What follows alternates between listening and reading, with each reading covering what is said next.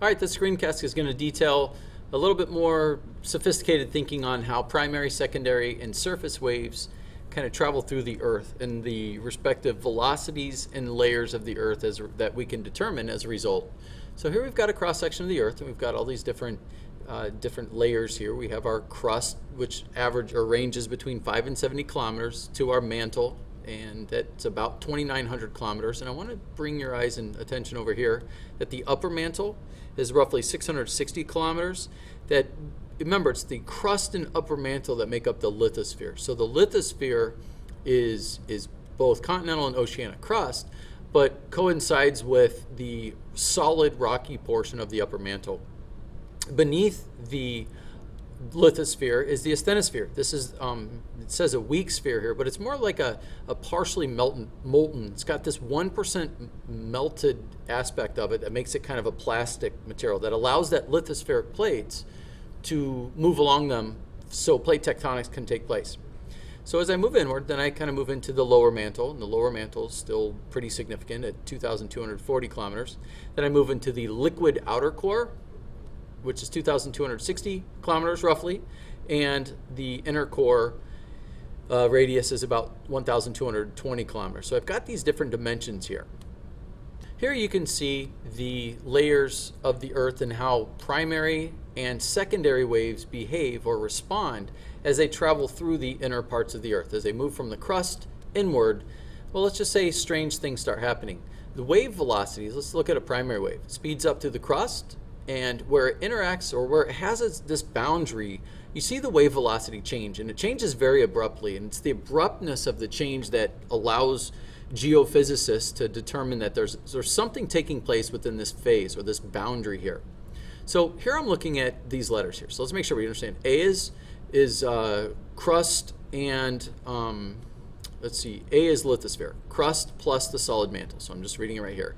Layer B is the asthenosphere, and layer C is the mantle.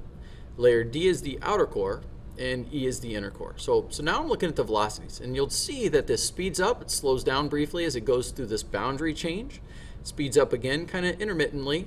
Notice it's got a significant change as it travels through the asthenosphere. It still speeds up as it travels through the mantle here, this part of the mantle. And then at the mantle outer core boundary, it goes from a solid to a liquid. We have a phase change, and the velocity decreases from 14 kilometers per second to about 8 kilometers per second. This happens instantaneously. It's because it's traveling from a solid to a liquid. It's a total phase change of the material. So as I move on here, then begins to speed up. And here we have an abrupt phase change here as it goes from a liquid back to the solid inner core. Notice that the S waves, that's a little different story here, that the S waves speed up and then kind of slow down at the same boundary consistent with the P wave and kind of increases intermittently. Notice the wave boundary, or the boundary here at location at the BC, or this boundary right here beneath the asthenosphere, right? We get a change in velocity, so there's a boundary change or a medium change. Speeds up and then it stops. It stops very obviously because S waves, which are transverse waves, do not travel through liquid. And that's a significant part here as we continue looking for. Now I know we've looked at this video several times, but I just want to make sure we reiterate this, that primary waves are compressional or longitudinal waves, that the particle motion is in the same direction as the wave direction. And the S wave, the particle motion is perpendicular. This is moving side to side here as the wave is traveling from left to right. So we're looking at two different types of waves. We have P waves, which are compressional. They travel through solids and liquids. We have S waves, which are transverse waves that do not travel through liquids. So now when I put all of this together, I can identify what's happening with seismic waves, both primary and secondary waves. This is the epicenter here. And this is just kind of showing what's happening as waves travel through the Earth. And I'm going to kind of interject here. So notice, primary waves are in dark blue. Primary waves, if you'll notice as they interact with this boundary here, there's something, a very unique feature that takes place. Primary waves, they refract or bend through the medium. It's a clear boundary change, but the medium here, these are refracting. And notice that the outer core, because it's a liquid, the S waves stop. They no longer travel through here, but they do reflect back, and that's what this light blue feature is here. So light blue is the S wave. Primary waves also reflect.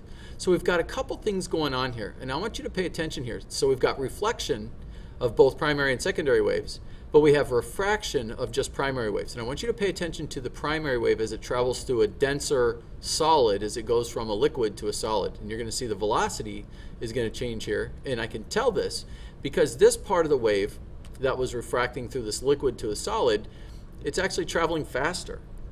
So it speeds up, it travels faster through this solid inner core.